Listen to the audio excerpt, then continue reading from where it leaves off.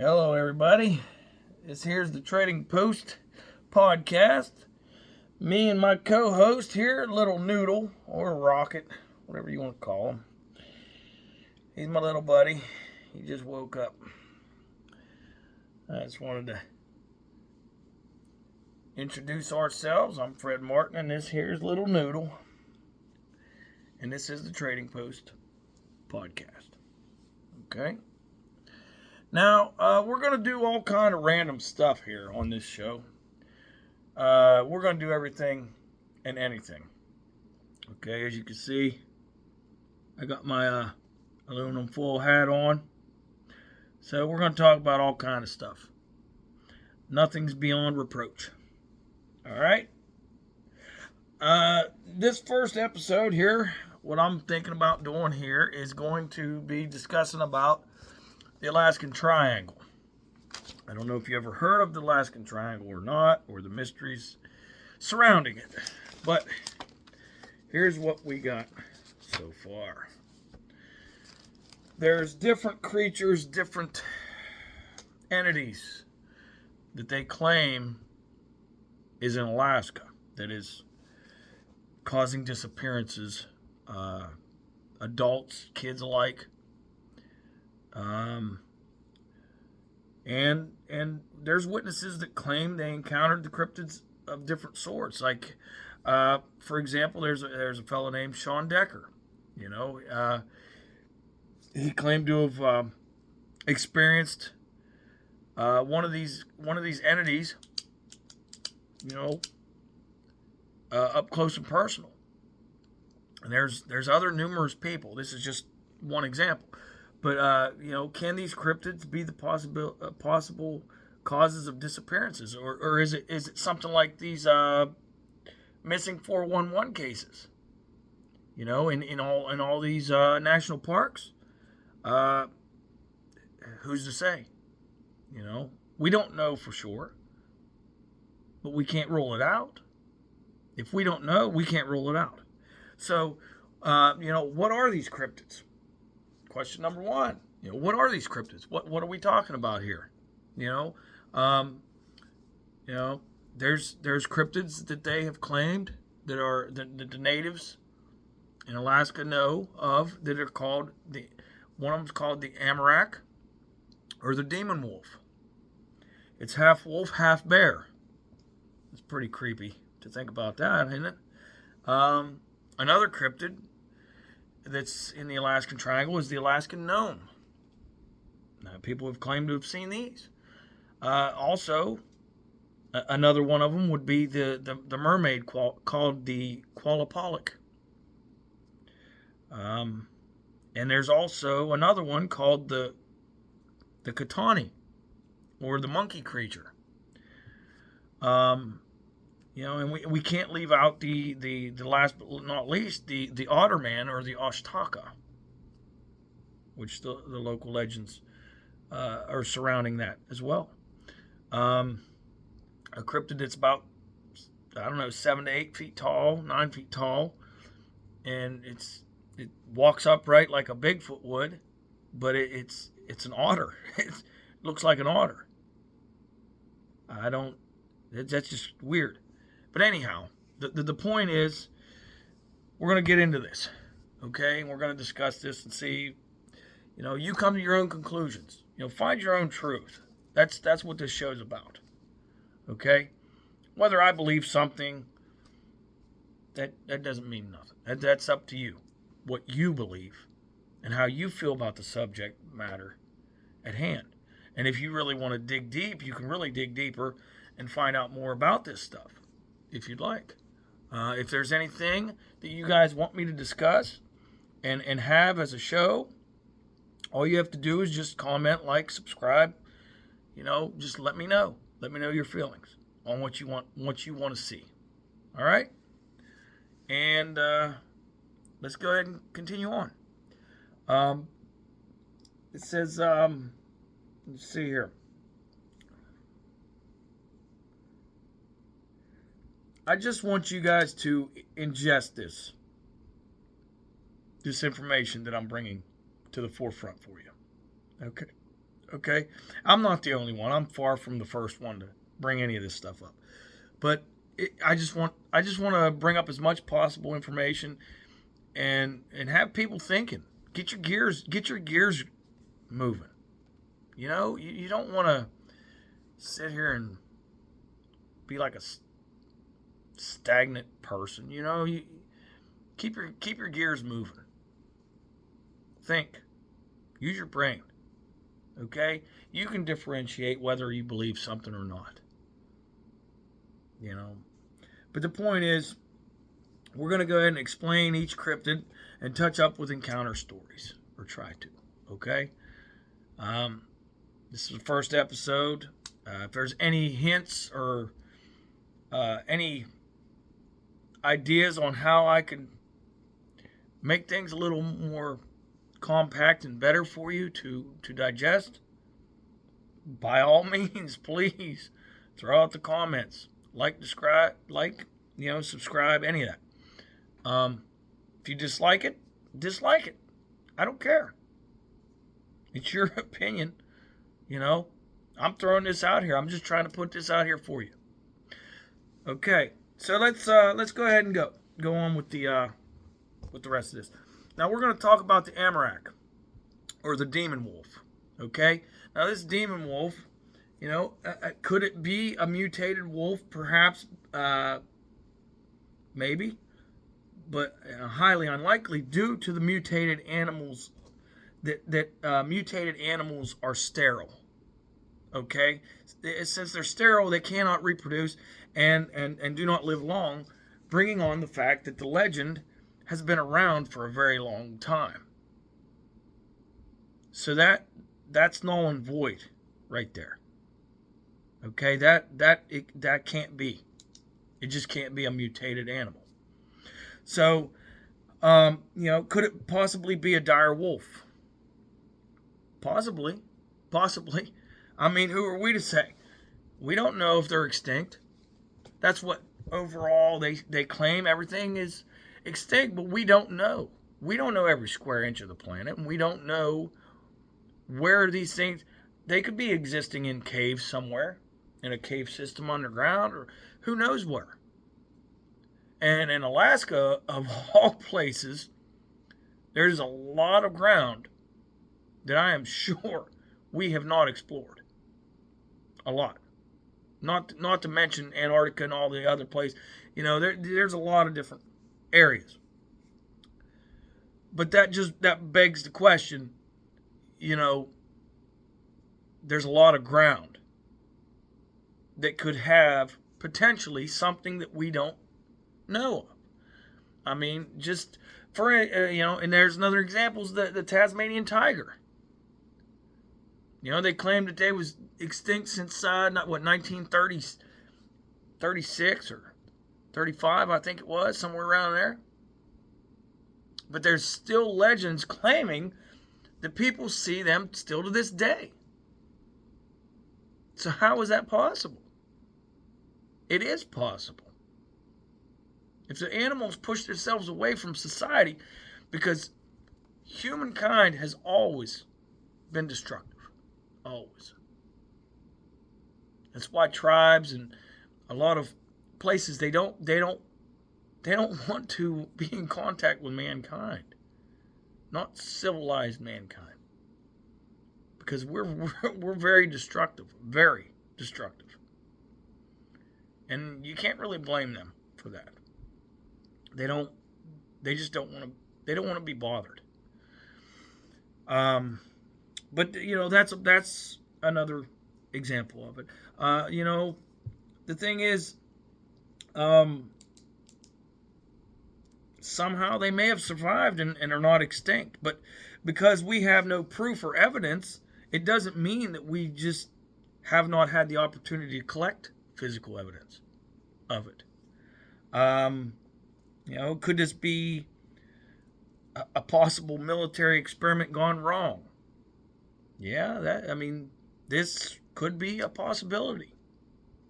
Although the military will never reveal such facts. They're never going to tell you about it. They're not going to say what they're doing. Sorry, that was a gnat there in my face. Another thing is, and then the other, we're going to move on to the next one, the Alaskan gnome. Noodle, what are you doing? Come here. What are you doing? What are you doing, buddy? He's running around. He's going crazy, getting rampant, huh? You want to sit here? Come on, you're the co-host, buddy. You got to hang tight with me for a minute. Tell all these great people hi. Tell them hi. Huh? You gonna tell them hi? He says, Okay, the next one we're going to talk about is the Alaskan gnome, okay? Could this be an animal mistaken for a small humanoid creature or something? That's always a possibility, but it depends on the situation, the encounter itself. So, some of these encounters, it's like these people have very clear, distinct, visuals of what this is, and they're claiming it's not. It is not a it's not an animal. It's not anything that they've known. There's nothing that they know of. So, it doesn't mean that it's not possible that it's an animal that they don't know of. That's very possible. We don't know of all the animals on this earth. We really don't. So, there's a lot there that you can think about, and there's been supposed cases of where kids come up missing, and shortly before they hear that there was this little gnome-sized creature, humanoid, buzzing around at the wood line, right just prior to that, before the kid goes up missing. So what do you think? Do you think that's a possibility? Do you think that's what could be happening? I think it's a strong possibility. You can't rule everything out. You can't rule anything out. Really, you can't. If you don't know the actual facts of it, you can't really rule it out. So, that's my opinion on it. My own personal opinion. But, take it for what it is. And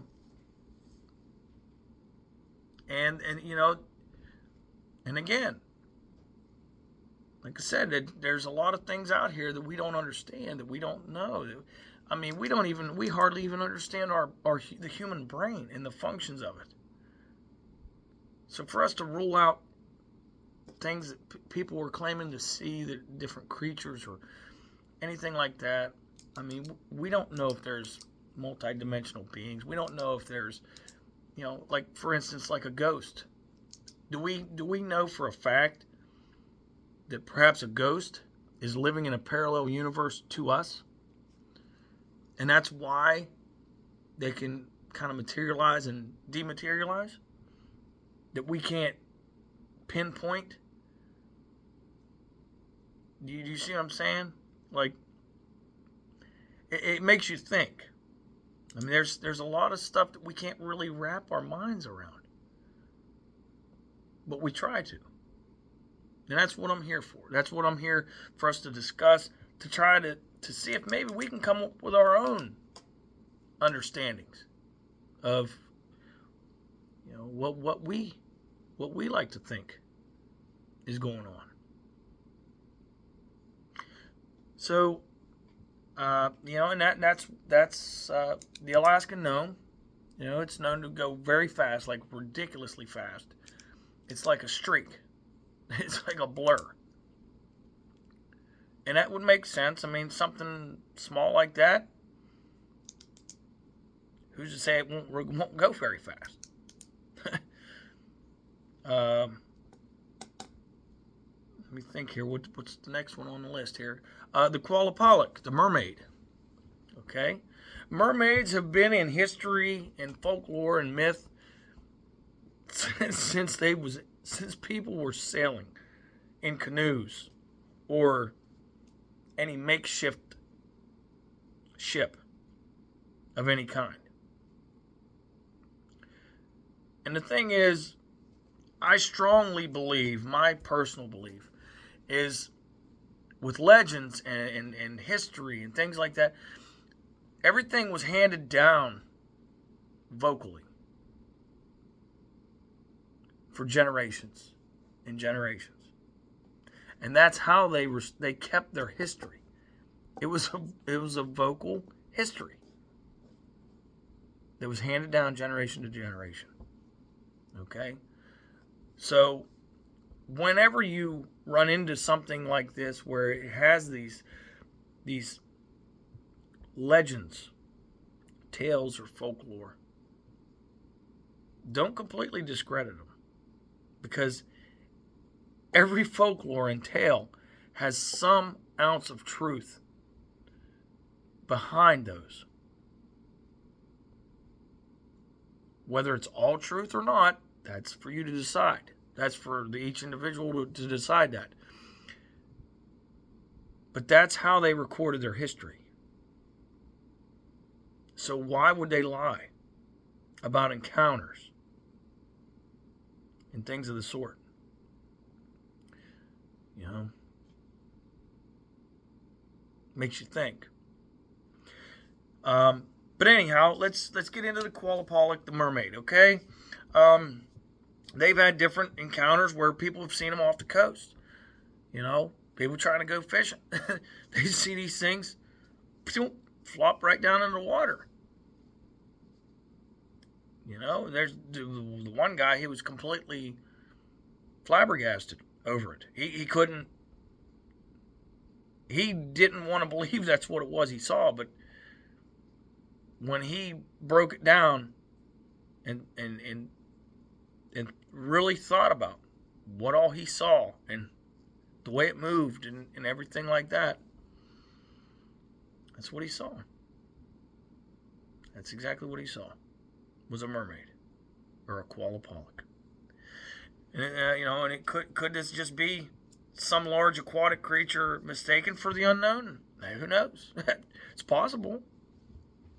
That's definitely up there for debate. Or is this a legit mermaid that has been encountered in different incidences? You know, and is this creature the cause of a percentage of disappearances in Alaska? It's scary to think. An unknown creature in the waters. And they can easily be the cause of disappearances if this is the case. You know, could this be another unknown species of creature we just have no physical evidence for? It's very possible. Very possible. It doesn't mean that it is. It doesn't mean that it isn't. It could go either way. But I don't doubt that there's things out there that we just do not understand. You know, and you jump into the next thing. The next thing we got is the Katani, the monkey creature that they claim they've seen in the Alaskan Triangle. There's a lot of weird things that have happened in the Alaskan Triangle. You know, if you want to, you dig into it, do your own research. Find out your truth on this subject. You know?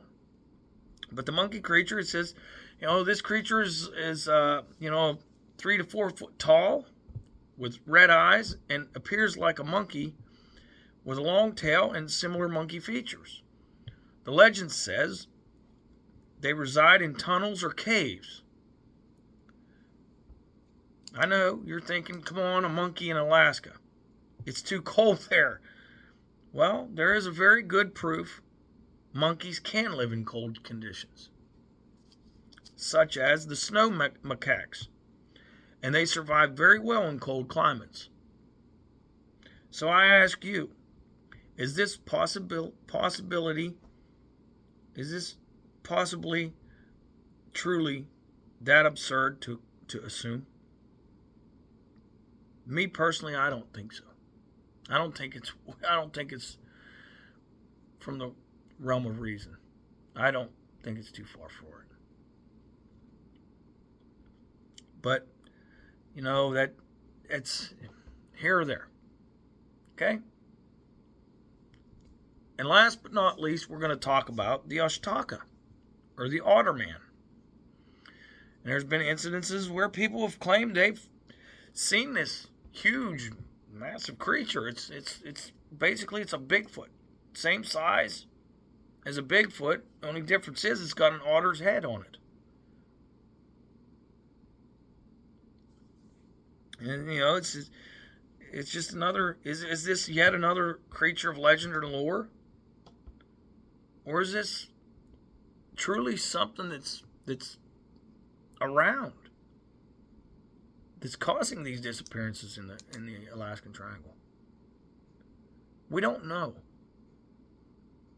So all I ask you to do is to do your due diligence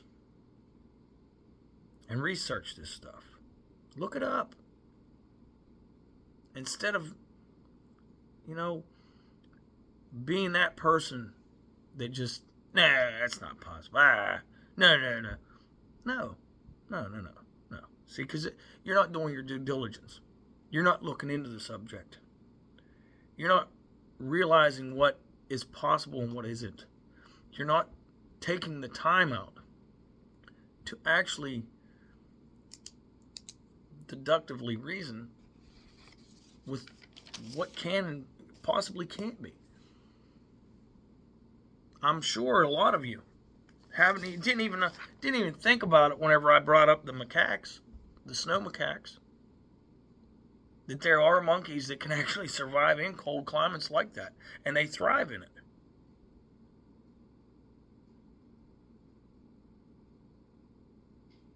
Keep your mind open.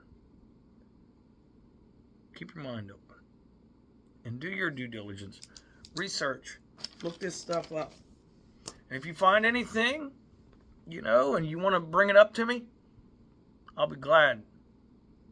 I'll be glad to listen to it.